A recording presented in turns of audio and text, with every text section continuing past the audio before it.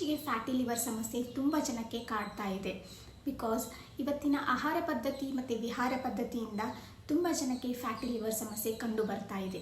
ಇವತ್ತು ನಾವು fatty liver ಅಂದರೆ ನಿಮ್ಮ ಫ್ಯಾಟಿ ಲಿವರ್ನ ಹೇಗೆ ಕಡಿಮೆ ಮಾಡಿಕೊಳ್ಳಬೇಕು ಮತ್ತು ಲಿವರ್ ಡಿಟಾಕ್ಸಿಫಿಕೇಷನ್ಗೆ ನೀವು ಏನೆಲ್ಲ ಮಾಡಬಹುದು ಅಂತ ತಿಳಿದುಕೊಳ್ಳೋಣ. ನಮ್ಮ ಲಿವರಲ್ಲಿ ತುಂಬ ಅನಬಾಲಿಕ್ ಮತ್ತು ಕ್ಯಾಟಬಾಲಿಕ್ ಪ್ರೊಸೆಸ್ ಆಗ್ತಾ ಇರುತ್ತೆ. ಇದರ ಎಂಡ್ ಪ್ರಾಡಕ್ಟ್ಸಲ್ಲಿ ಅಂತಂದರೆ ಏನು ಟಾಕ್ಸಿನ್ಸ್ ಪ್ರೊಡ್ಯೂಸ್ ಆಗುತ್ತೆ ಅದನ್ನು ನ್ಯೂಟ್ರಲೈಸ್ ಮಾಡೋದೇ ಲಿವರ್. ಸೊ ನಮ್ಮ ಬಾಡಿ ಚೆನ್ನಾಗಿ ವರ್ಕ್ ಮಾಡಬೇಕು ಅಂತಂತಂದರೆ ಲಿವರ್ ಚೆನ್ನಾಗಿ ಇರಬೇಕು, ಲಿವರ್ ಹೆಲ್ತನ್ನು ಕಾಪಾಡಿಕೊಳ್ಳಬೇಕಾಗುತ್ತದೆ. ಸೊ ಲಿವರಿಗೆ 24 hours ಡ್ಯೂಟಿ ಇರುತ್ತೆ. ಇದೊಂದು ವೈಟಲ್ ಆರ್ಗನ್ ಅಂತ ಹೇಳ್ಬೋದು ನಾವು. ಲಿವರ್ ಚೆನ್ನಾಗಿ ವರ್ಕ್ ಮಾಡ್ತಾ ಇರುತ್ತಂದರೆ ನಿಮ್ಮ ಆರೋಗ್ಯ ಚೆನ್ನಾಗಿದೆ ಅಂತ ಅರ್ಥ. ಲಿವರ್ ಹೆಲ್ತ್ ಯಾಕೆ ಇಂಪಾರ್ಟೆಂಟ್, ಲಿವರ್ ಹೆಲ್ತಿಂದ ನಿಮ್ಮ ಆರೋಗ್ಯಕ್ಕೆ ಹೇಗೆ ಎಫೆಕ್ಟ್ ಆಗುತ್ತೆ ಅಂತಂದರೆ, ಇವಾಗ ನೀವು ಒಂದು ಬ್ಲಡ್ ಟೆಸ್ಟ್ ಮಾಡಿ ನೋಡಿದರೆ ವಿಟಮಿನ್ ಡಿ ಡೆಫಿಷಿಯನ್ಸಿ ಕಂಡುಬರುತ್ತೆ, ಅಂದರೆ ವಿಟಮಿನ್ ಡಿ ಕೊರತೆ ಕಂಡುಬರುತ್ತದೆ. ನೀವು ಬಿಸಿಲಲ್ಲಿ ಲೈಕ್ 6 to 12 hours ನೀವು ಬಿಸಿಲಿಗೆ ಎಕ್ಸ್ಪೋಸ್ ಆದರೂ ನಿಮ್ಮ ಬಾಡಿಯಲ್ಲಿ ವಿಟಮಿನ್ ಡಿ ಕೊರತೆ ಕಂಡುಬರುತ್ತೆ. ಯಾಕಂದರೆ ನಿಮ್ಮ ಲಿವರ್ ಚೆನ್ನಾಗಿ ವರ್ಕ್ ಮಾಡ್ತಾ ಇರೋದಿಲ್ಲ. ಲಿವರ್ ಚೆನ್ನಾಗಿ ವರ್ಕ್ ಮಾಡಿದರೆ ಮಾತ್ರ ನಿಮ್ಮ ವಿಟಮಿನ್ ಡಿ ಚೆನ್ನಾಗಿ ಉತ್ಪತ್ತಿ ಆಗುತ್ತದೆ. ವಿಟಮಿನ್ ಡಿ ಆ್ಯಕ್ಟಿವ್ ಫಾರ್ಮಲ್ಲಿ ನಿಮಗೆ ಅದು ಹೆಲ್ಪ್ ಆಗುತ್ತದೆ.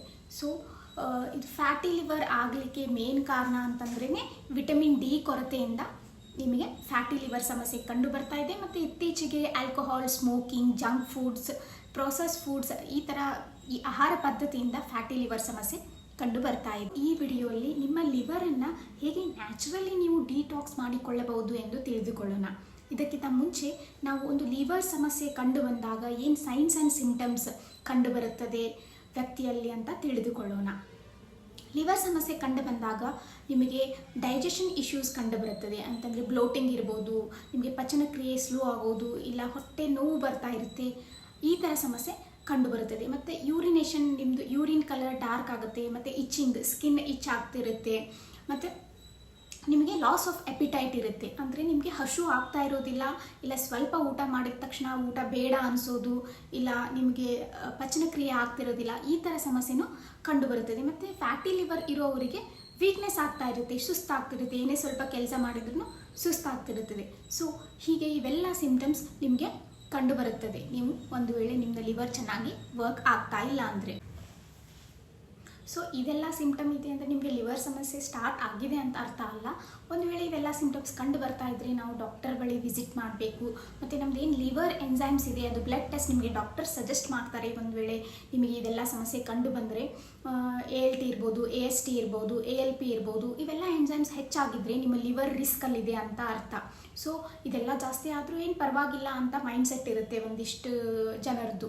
ಸೊ ಇಲ್ಲ, ಇದು ಇನಿಷಿಯಲ್ ಸ್ಟೇಜಲ್ಲಿ ನಿಮ್ಮ ಲಿವರ್ ಚೆನ್ನಾಗಿ ವರ್ಕ್ ಆಗ್ತಾ ಇಲ್ಲ ಅಂತ ಒಂದು ಸಿಗ್ನಲ್ ಇದು. ಸೊ ಈ ಲಿವರ್ ಎಂಜೈಮ್ಸ್ ಜಾಸ್ತಿ ಆಗಿದೆ, ಇಲ್ಲ ಜಾಂಡಿಸ್ ಥರ ಸಿಂಪ್ಟಮ್ಸ್ ಕಂಡು ಬರ್ತಾ ಇದೆ, ನಿಮ್ಮದು ಯೆಲ್ಲೋಯಿಶ್ ಆಗಿರ್ಬೋದು, ನಿಮ್ಮದು ಐಸ್ ಕ್ಲಿಯರಾ ಇಲ್ಲ ಸ್ಕಿನ್, ಸೊ ಇಲ್ಲ ಲೂಸ್ ಮೋಷನ್ ಆಗ್ತಾ ಇರೋದು, ಈ ರೀತಿ ಇವೆಲ್ಲ ಏನು ಸಿಂಪ್ಟಮ್ಸ್ ಹೇಳಿದೆ ಅಲ್ಲ, ಇದೆಲ್ಲ ಸಿಂಪ್ಟಮ್ಸ್ ಕಂಡು ಬಂದರೆ ನೀವು ಇಮಿಡಿಯೇಟ್ಲಿ ಡಾಕ್ಟರ್ಗೆ ವಿಸಿಟ್ ಮಾಡಿ ನಿಮ್ಮದು ಅದೇನು ಬ್ಲಡ್ ಟೆಸ್ಟ್ ಇದೆ ಲಿವರ್ ಪ್ರೊಫೈಲನ್ನು ಮಾಡಿಕೊಳ್ಳಬೇಕು. ಮತ್ತು ಏನು ಡೈಟರಿ ಚೇಂಜಸ್ ಬೇಕಾಗುತ್ತೆ. ಸೊ ಇದೆಲ್ಲ ಸಿಂಪ್ಟಮ್ ಇದೆ ಅಂತ ನಿಮಗೆ ಲಿವರ್ ಸಮಸ್ಯೆ ಸ್ಟಾರ್ಟ್ ಆಗಿದೆ ಅಂತ ಅರ್ಥ ಅಲ್ಲ. ಒಂದು ವೇಳೆ ಇವೆಲ್ಲ ಸಿಂಪ್ಟಮ್ಸ್ ಕಂಡು ಬರ್ತಾ ಇದ್ದರೆ ನಾವು ಡಾಕ್ಟರ್ ಬಳಿ ವಿಸಿಟ್ ಮಾಡಬೇಕು. ಮತ್ತು ನಮ್ದು ಏನು ಲಿವರ್ ಎಂಜೈಮ್ಸ್ ಇದೆ ಅದು ಬ್ಲಡ್ ಟೆಸ್ಟ್ ನಿಮಗೆ ಡಾಕ್ಟರ್ ಸಜೆಸ್ಟ್ ಮಾಡ್ತಾರೆ. ಒಂದು ವೇಳೆ ನಿಮಗೆ ಇದೆಲ್ಲ ಸಮಸ್ಯೆ ಕಂಡು ಬಂದರೆ ALT ಇರ್ಬೋದು, AST ಇರ್ಬೋದು, ALP ಇರ್ಬೋದು, ಇವೆಲ್ಲ ಎಂಜೈಮ್ಸ್ ಹೆಚ್ಚಾಗಿದ್ದರೆ ನಿಮ್ಮ ಲಿವರ್ ರಿಸ್ಕಲ್ಲಿದೆ ಅಂತ ಅರ್ಥ. ಸೊ ಇದೆಲ್ಲ ಜಾಸ್ತಿ ಆದರೂ ಏನು ಪರವಾಗಿಲ್ಲ ಅಂತ ಮೈಂಡ್ಸೆಟ್ ಇರುತ್ತೆ ಒಂದಿಷ್ಟು ಜನರದ್ದು. ಸೊ ಇಲ್ಲ, ಇದು ಇನಿಷಿಯಲ್ ಸ್ಟೇಜಲ್ಲಿ ನಿಮ್ಮ ಲಿವರ್ ಚೆನ್ನಾಗಿ ವರ್ಕ್ ಆಗ್ತಾ ಇಲ್ಲ ಅಂತ ಒಂದು ಸಿಗ್ನಲ್ ಇದು. ಸೊ ಈ ಲಿವರ್ ಎಂಜೈಮ್ಸ್ ಜಾಸ್ತಿ ಆಗಿದೆ, ಇಲ್ಲ ಜಾಂಡಿಸ್ ಥರ ಸಿಂಪ್ಟಮ್ಸ್ ಕಂಡು ಬರ್ತಾ ಇದೆ, ನಿಮ್ಮದು ಯೆಲ್ಲೋಯಿಶ್ ಆಗಿರ್ಬೋದು, ನಿಮ್ಮದು ಐಸ್ ಕ್ಲಿಯರಾ ಇಲ್ಲ ಸ್ಕಿನ್, ಸೊ ಇಲ್ಲ ಲೂಸ್ ಮೋಷನ್ ಆಗ್ತಾ ಇರೋದು, ಈ ರೀತಿ ಇವೆಲ್ಲ ಏನು ಸಿಂಪ್ಟಮ್ಸ್ ಹೇಳಿದೆ ಅಲ್ಲ, ಇದೆಲ್ಲ ಸಿಂಪ್ಟಮ್ಸ್ ಕಂಡು ಬಂದರೆ ನೀವು ಇಮಿಡಿಯೇಟ್ಲಿ ಡಾಕ್ಟರ್ಗೆ ವಿಸಿಟ್ ಮಾಡಿ ನಿಮ್ಮದು ಅದೇನು ಬ್ಲಡ್ ಟೆಸ್ಟ್ ಇದೆ ಲಿವರ್ ಪ್ರೊಫೈಲನ್ನು ಮಾಡಿಕೊಳ್ಳಬೇಕು. ಮತ್ತು ಏನು ಡೈಟರಿ ಚೇಂಜಸ್ ಬೇಕಾಗುತ್ತೆ. ಸೊ ತುಂಬ ಜನ ಪೇಷಂಟ್ಸ್ ನಮಗೆ ಕೇಳ್ತಾ ಇರ್ತಾರೆ, ಫ್ಯಾಟಿ ಲಿವರ್ ಇದೆ, ಇದರಿಂದ ಮುಂದೆ ಸಮಸ್ಯೆ ಏನಾದರೂ ಆಗುತ್ತಾ, ಈ ಫ್ಯಾಟಿ ಲಿವರನ್ನು ನಾವು ರಿವರ್ಸ್ ಮಾಡಿಕೊಳ್ಳಬಹುದಾ, ಲಿವರ್ನ ಹೇಗೆ ಡಿಟಾಕ್ಸಿಫೈ ಮಾಡ್ಕೊಳ್ಬೇಕು ಅಂತ. ಸೊ ನಾವು ಅವರಿಗೆ ಒಂದು ಸ್ಟ್ರಿಕ್ಟಾಗಿ ಒಂದು ಡಯಟ್ ಹೇಳ್ಕೊಡ್ತೀವಿ, ಲಿವರ್ನ ಹೇಗೆ ಡಿಟಾಕ್ಸಿಫೈ ಮಾಡ್ಕೊಳ್ಬೇಕು ಅಂತ ಒಂದು ಸ್ಟ್ರಿಕ್ಟಾಗಿ ಒಂದು ಆಹಾರ ಪದ್ಧತಿ ಅವರಿಗೆ ಒಂದು 10 to 15 days ಹೇಳಿಕೊಡ್ತೀವಿ. ಮತ್ತು ಮನೆಯಲ್ಲಿ ಹೇಗೆ ಅವರು ಏನು ಆಹಾರವನ್ನು ಸೇವಿಸಬೇಕು, ತಮ್ಮ ಲಿವರ್ ಚೆನ್ನಾಗಿ ವರ್ಕ್ ಆಗಬೇಕು. ಮತ್ತು ಫ್ಯಾಟಿ ಲಿವರಲ್ಲಿ ಗ್ರೇಡ್ ಇರುತ್ತೆ, ಗ್ರೇಡ್ 1, ಗ್ರೇಡ್ 2 ಅಂತ.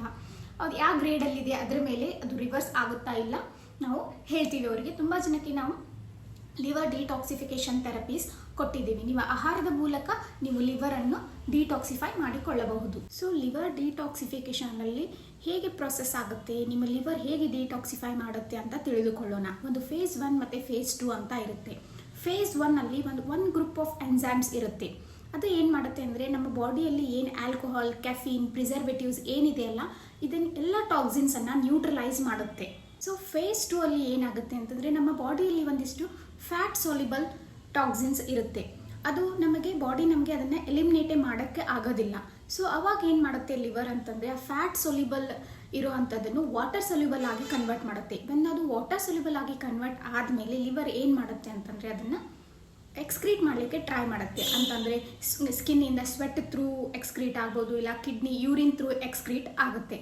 ಸೊ ಈ ರೀತಿ ನಮ್ಮ ಲಿವರ್ ನಮ್ಮ ಟಾಕ್ಸಿನ್ಸನ್ನು ಡಿಟಾಕ್ಸಿಫೈ ಮಾಡುತ್ತೆ. ಸೊ ಲಿವರ್ ಎಷ್ಟು ಇಂಪಾರ್ಟೆಂಟ್ ನಿಮ್ಮ ಆರೋಗ್ಯ ಚೆನ್ನಾಗಿರ್ಬೇಕಂತಂದರೆ ಇದೆಲ್ಲ ಪ್ರೊಸೆಸ್ ನಿಮಗೆ ಲಿವರ್ ಮಾಡುತ್ತೆ.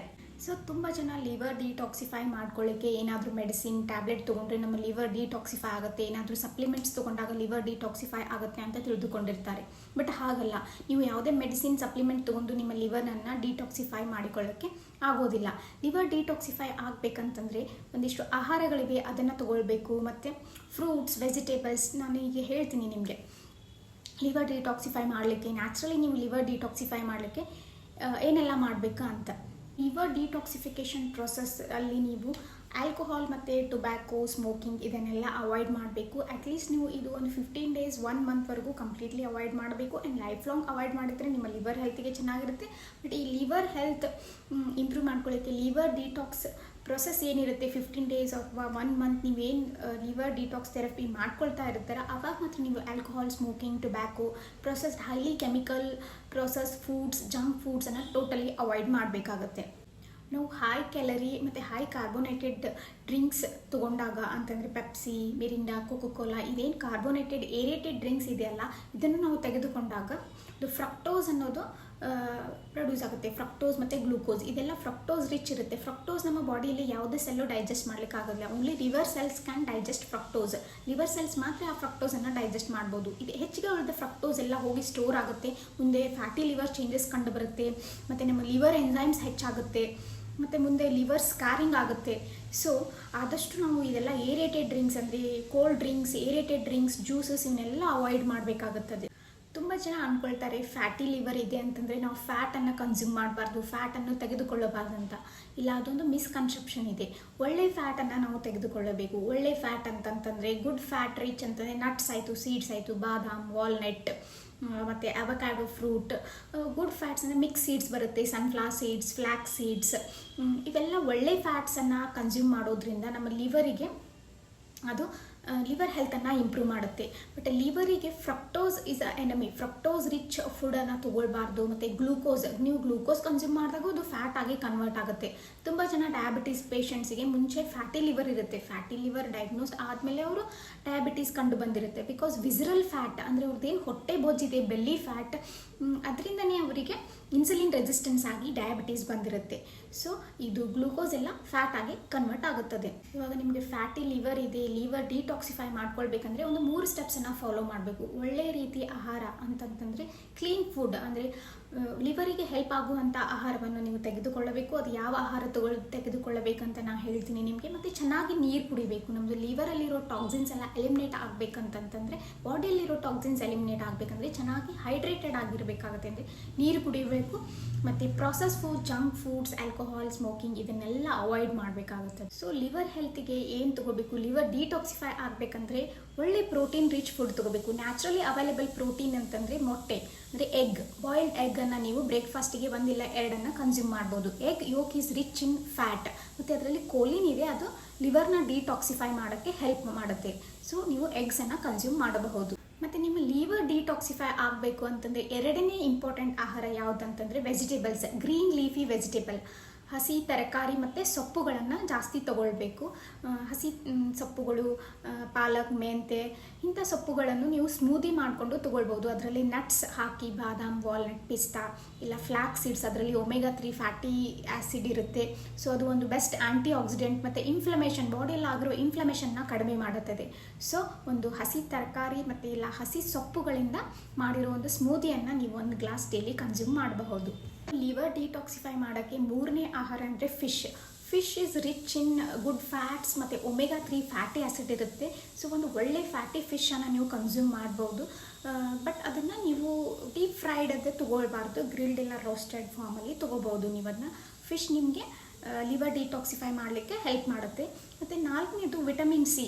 ಹಣ್ಣುಗಳಲ್ಲಿ ವಿಟಮಿನ್ ಸಿ ಕಂಡುಬರುತ್ತದೆ, ಬಟ್ ಹಣ್ಣುಗಳಲ್ಲಿನೂ ಫ್ರುಕ್ಟೋಸ್ ಇರುತ್ತೆ. ಸೊ ಎಲ್ಲ ಹಣ್ಣುಗಳನ್ನು ತಗೊಳ್ಬೇಕು ಲಿವರ್ ಡಿಟಾಕ್ಸಿಫೈಗೆ ಅಂತಿಲ್ಲ.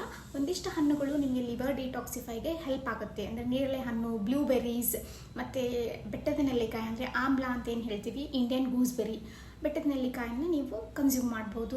ಅದರ ಜೊತೆಗೆ ಲೆಮನ್ ಜ್ಯೂಸ್, ಇದೆಲ್ಲ ನಿಮಗೆ ಲಿವರ್ ಡಿಟಾಕ್ಸಿಫಿಕೇಷನ್ ಪ್ರೊಸೆಸಲ್ಲಿ ಹೆಲ್ಪ್ ಆಗುತ್ತೆ. ನೀವು ಬೆಳಗ್ಗೆ ಏನು ಸ್ಮೂದಿ ಮಾಡಿರ್ತೀರಿ ಅದರಲ್ಲಿ ನೀವು ಬೆಟ್ಟದ ನೆಲ್ಲಿಕಾಯಿ ಇಲ್ಲ ಲೆಮನ್ ಜ್ಯೂಸನ್ನು ಆ್ಯಡ್ ಮಾಡಿಕೊಂಡು ತೊಗೊಳ್ಕೊಳ್ಬೋದು. ಮತ್ತು ಲಿವರ್ ಡಿಟಾಕ್ಸಿಫಿಕೇಷನ್ ಪ್ರೊಸೆಸ್ ಸ್ಟಾರ್ಟ್ ಇದ್ದಾಗ ಅವ್ರದ್ದು ಮೋಷನ್ ಕ್ಲಿಯರ್ ಆಗಬೇಕು. ಅಂದರೆ ಕಾನ್ಸ್ಟಿಪೇಷನ್ ಸಮಸ್ಯೆ ಇದ್ದರೆ ನಾವು ಫಸ್ಟ್ ಅದಕ್ಕೆ ಟ್ರೀಟ್ಮೆಂಟ್ ಕೊಡಬೇಕು. ಒಂದು ನಾವೇನು ಮೆಡಿಕೇಟೆಡ್ ಎನೆಮಾ ಕೊಡ್ತೀವಿ, ಇಲ್ಲ ಡಯಟ್ ಹೇಳ್ತೀವಿ, ಫೈಬರ್ ರಿಚ್ ಫುಡ್ಸನ್ನು ತಿನ್ನೋಕ್ಕೆ ಹೇಳ್ತೀವಿ. ಮೋಷನ್ ಕ್ಲಿಯರ್ ಆಯಿತು ಅಂತಂತಂದರೆ ಅವ್ರದ್ದು ಎಲ್ಲ ಏನು ಟಾಕ್ಸಿನ್ಸ್ ಇದೆ ಅದು ಎಲಿಮಿನೇಟ್ ಆಗುತ್ತೆ. ಎಕ್ಸಸೈಸ್ ಮಾಡಲಿಕ್ಕೆ ಹೇಳ್ತೀವಿ, ಅಂದರೆ sweat through out toxins eliminate ಆಗುತ್ತೆ. ಮತ್ತು ಒಳ್ಳೆ ಪ್ರೋಬಯೋಟಿಕ್ಸನ್ನು ಅವರು ಕನ್ಸ್ಯೂಮ್ ಮಾಡಬೇಕು. ಅಂದರೆ ಫರ್ಮೆಂಟೆಡ್ ಫುಡ್, ಅಂದರೆ ರೈಸ್ ಅಂತಂದರೆ ಅದು ಕಾರ್ಬೋಹೈಡ್ರೇಟ್ ರಿಚ್ ಫುಡ್ ಇರುತ್ತೆ.